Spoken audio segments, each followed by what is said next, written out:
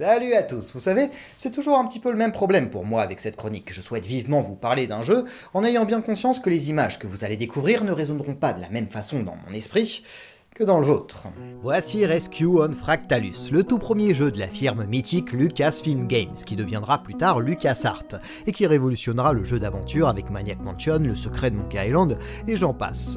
Le truc c'est que là je sais très bien ce que la majeure partie d'entre vous sont en train de penser. Vous vous dites que c'est sacrément moche cette bouillie de pixels, et vous vous demandez comment pouvait-on prendre du plaisir à cette époque, avec des décors aussi épurés et une telle absence de relief.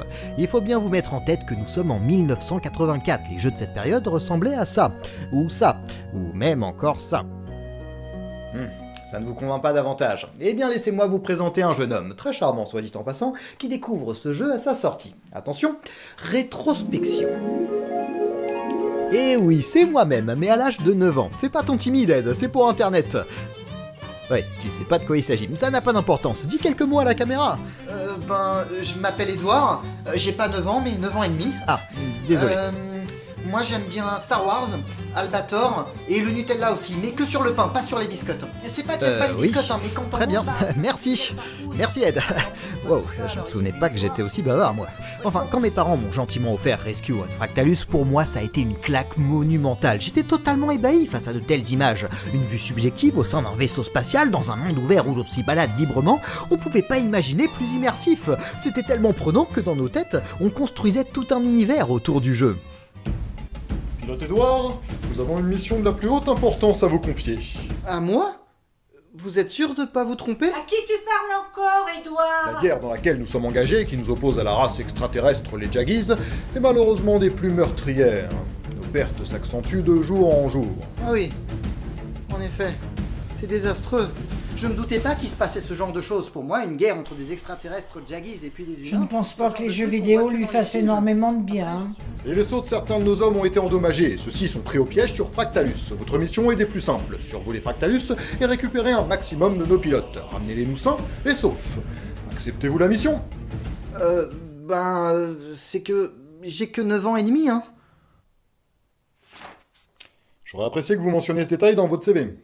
J'étais complètement tétanisé. Comment pouvait-on me confier à moi, un petit garçon qui peinait à obtenir la moyenne en CM1, une telle mission? C'est la vie de tout un tas d'hommes qui allait dépendre de moi.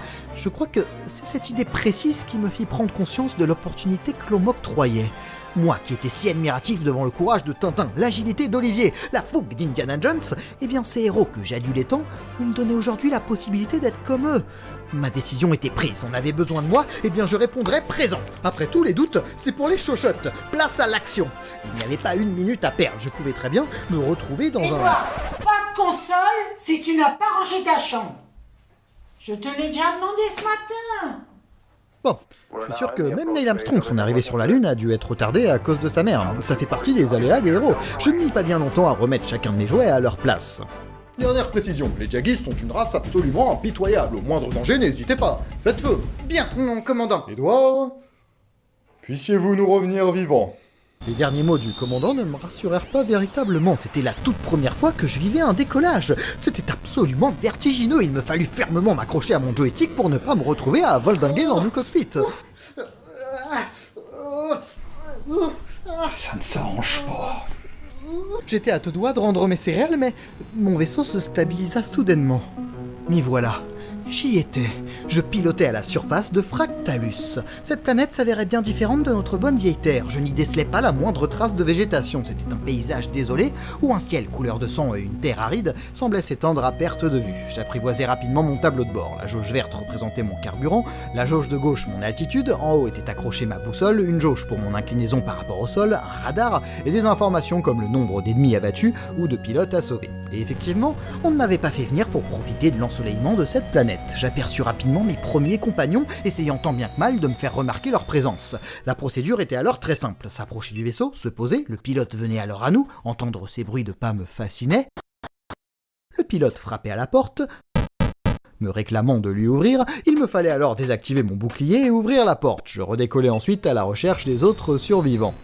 Seulement, je l'appris bien vite à mes dépens, nous étions bel et bien en territoire ennemi. Les menaces se manifestaient de toutes parts, les tourelles des Jaggies faisaient feu dès qu'elles m'apercevaient, et les vaisseaux ennemis en profitaient pour me prendre en chasse. Je découvris, à ma grande surprise, que j'étais un pilote, pardonnez ma franchise, hors du commun. Le commandant lui-même n'en revenait pas. Avec mon jeune âge, je parvenais à virevolter entre les tirs ennemis avec tant d'agilité. J'essaie même de temps en temps patienter les pilotes qui frappaient à mon vaisseau. Je m'amusais à écouter leur façon de frapper de moins en moins énergique, puisque l'oxygène finissait par leur manquer.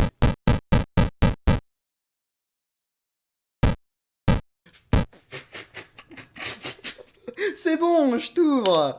C'était une blague, je finissais toujours par leur ouvrir. À cette période, tout se passait alors pour le mieux.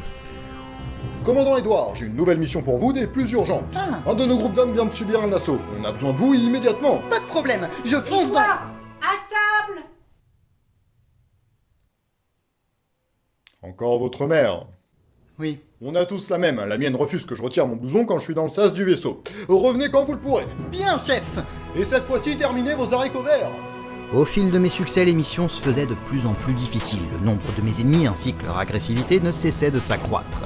À quelques reprises, il s'en fallut de peu pour que je fasse moi-même partie des hommes pris au piège sur cette planète. Le commandant me conseillait alors la plus grande prudence. D'après lui, mes troupes m'adulaient autant que les Jaggies me haïssaient. Ils avaient, paraît-il, la ferme intention, par n'importe quel moyen, de se débarrasser de moi. Je ne pris pas vraiment ces avertissements au sérieux. J'étais loin de me douter que leurs vils esprits n'avaient aucune limite. Rien qu'à en évoquer le sujet aujourd'hui, un frisson glacial me parcourt le corps. Voici ce qui se passa. J'étais dans une mission de reconnaissance des plus classiques. J'avais déjà secouru plusieurs hommes, je m'apprêtais à rentrer au vaisseau mère. Mais sur le chemin du retour, j'aperçus un autre de nos pilotes pris au piège. Inimaginable pour moi de le laisser croupir ici. Je pris donc le temps d'atterrir à ses côtés afin de le secourir. Je patientais tranquillement le temps que celui-ci rejoigne mon vaisseau, ne me doutant à aucun instant de la supercherie, jusqu'à ce que, à ma grande surprise... Les Jaggies essayaient de briser la vitre de mon appareil. Par un réflexe inespéré et salvateur, je réenclenchai le bouclier de protection, ce qui eut pour conséquence de désintégrer subitement le Jaggies. Il s'en fallut peut-être d'une microseconde pour que celui-ci soit parvenu à mener son abominable plan, ce qui nous aurait conduit, mon équipage et moi-même, à une mort certaine. Je n'avais pas fait attention, mais en effet, en s'approchant, celui-ci n'avait pas le casque blanc de nos hommes. La couleur de peau verte, caractéristique des Jaggies, aurait dû me mettre la puce à l'oreille. À partir de ce jour, mes missions changèrent radicalement d'aspect. Je ne craignais plus particulièrement les attaques ennemies. Non, c'est bien l'appréhension que j'éprouvais à chaque sauvetage qui me glaçait le cœur. Il faut savoir que je n'avais pas toujours accès de visu au pilote que je secourais. J'entendais simplement les bruits de pas de celui qui rejoignait mon vaisseau.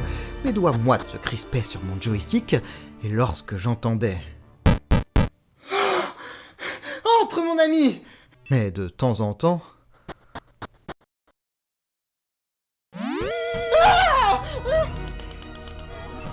Et j'avais beau connaître le risque, savoir que je pouvais aussi bien tomber sur un de mes hommes que sur un Jaggies, cela ne faisait que me rendre plus anxieux. Mes missions se complexifiaient affreusement et mes supérieurs ne semblaient pas prendre la mesure de mon désarroi. Je vous écoute, chef. Quelle est la prochaine mission?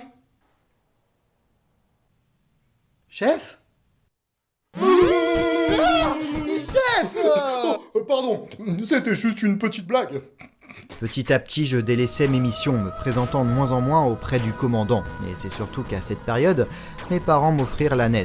J'abandonnais donc mon costume de pilote pour me tourner vers un métier bien moins dangereux, celui de plombier.